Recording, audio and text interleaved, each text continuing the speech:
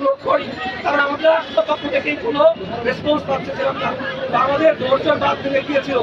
তো সর্বশেষ আমাদের সাথে আমাদের শিক্ষক শিক্ষিকার উপরে পুলিশ যে নির্যাতন করেছে, যে অন্যায় করেছে, আপনারা তো নিজেই জানেন।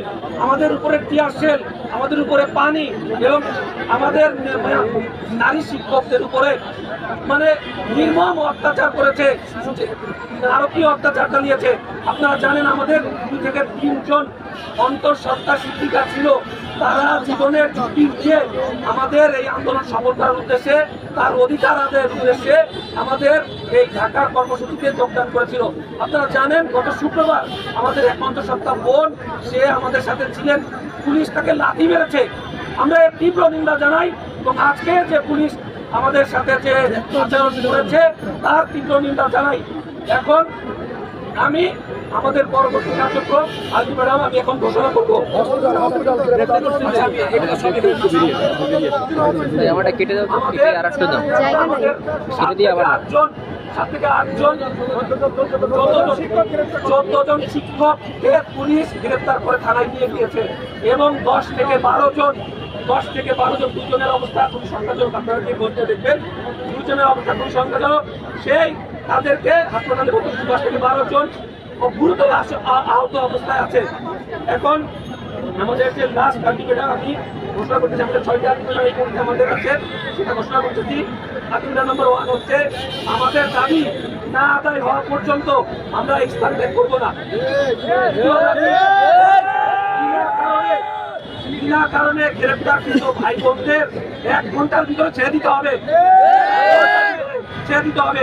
আমাদের দৃষ্টিতে তাদের কোনো অন্যায় নাই, তারা অধিকার আদায় এখানে এসেছে, সুতরাং তাদের 1 ঘন্টার ভিতরে ছেড়ে দিতে হবে। তারপরে পুলিশ কর্তৃক মেয়েদের গায়ে হাত দিয়েছে, এটা তীব্র নিন্দা জানাই। এখানে নারী পুলিশ ছিল, নারী পুলিশ নিয়ে তো নারীদের গায়ে হাত দেওয়া যেত। পুলিশ কেন নারীদের গায়ে হাত দিবে, এর তীব্র নিন্দা জানাই। এবং 3 নম্বর দাবি হচ্ছে আমাদের দাবি আদায় না হওয়া পর্যন্ত আমরা রাজপথে আত্মহত্যা করবো। এবং 4র্থ দাবি হচ্ছে পুলিশ কর্তৃক ভাই বোনদের চিকিৎসার ব্যবস্থা করতে হবে।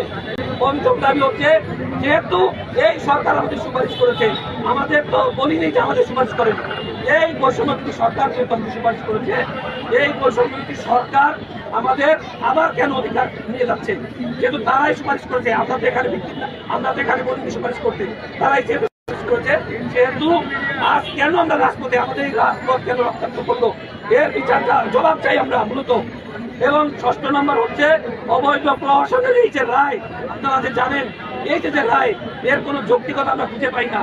আমরা এই অবৈধ বা প্রহসনের যে রায় তা বাতিল করে দ্রুত আমাদের যোগদানের নিশ্চিত করতে হবে। এবং কালকে যেহেতু আমাদের আপিলের শুনানি হওয়ার ডেট আছে, কালকের মধ্যে এই অবৈধ রায় বা প্রহসনের যে রায় যেটা কেন এই রায় প্রত্যাহার করে আমাদের নিশ্চিত করতে হবে।